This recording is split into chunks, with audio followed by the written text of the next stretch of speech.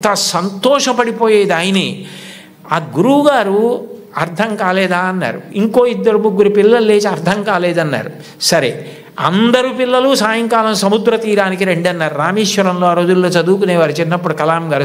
రామేశ్వరం సముద్రపుటుడు ఉంది.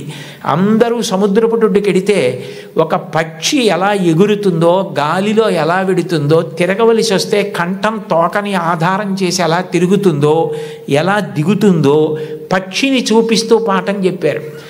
అది ఆ పక్షిని చూస్తూ విన్న చిన్ని కలాం గారి మనసులో ఏరోనాటికల్ ఇంజనీరింగ్ మీద బీజాలు పడ్డాయి. వెళ్ళి గురువుగారిని అడిగారు, నాకు ఇలా అవ్వాలంటే ఏం చెయ్యాలని. నువ్వు ఏరోనాటికల్ ఇంజనీరింగ్ చదవాలి, మెడ్రాస్ ఇన్స్టిట్యూట్ ఆఫ్ టెక్నాలజీలో చేరాలి, నువ్వు బాగా చదవాలన్నారు. న్యూస్ పేపర్లు పట్టుకెళ్ళి, అది కూడా ఎక్కడో తీసుకుని కాదు, వెళ్ళిపోతున్న ట్రైన్లోంచి పేపర్లు విసిరేస్తే ఆ బండిలు తీసుకుని న్యూస్ పేపర్లు సైకిల్ కట్టుకుని ప్రతి ఇంటికి పట్టుకెళ్ళి న్యూస్ పేపర్లు ఇచ్చి చదువుకున్నారు అబ్దుల్ కలాం గారు. మీలో చాలామంది పిల్లలకి తల్లిదండ్రులు తమ రక్తాన్ని డబ్బుగా మార్చి సౌకర్యాలు ఇచ్చి చదివిస్తున్నారు. మహాత్ముల యొక్క జీవిత చరిత్రలు చదవండి. కేవలం మీ పాఠ్యపుస్తకాలు చదవద్దని నేను అనను.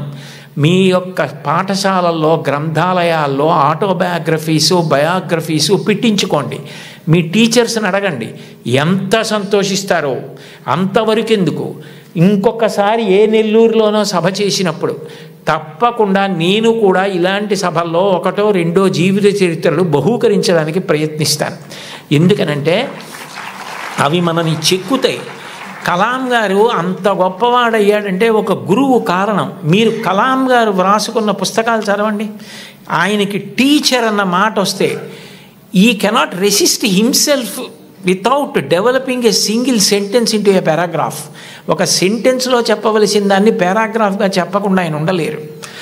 ఆయన ఈ లైట్ వెయిట్ భూమికి దగ్గరగా ఎగిరేటటువంటి విమానాన్ని డెవలప్ చేయవలసి వచ్చినప్పుడు సరిగ్గా చేయలేకపోతే కోపం వచ్చి ప్రొఫెసర్ శ్రీనివాసన్నని శుక్రవారం మధ్యాహ్నం పిలిచి సోమవారం పొద్దున్నకి చూపించకపోతే నీ స్కాలర్షిప్ ఆప్ చేస్తానన్నారు.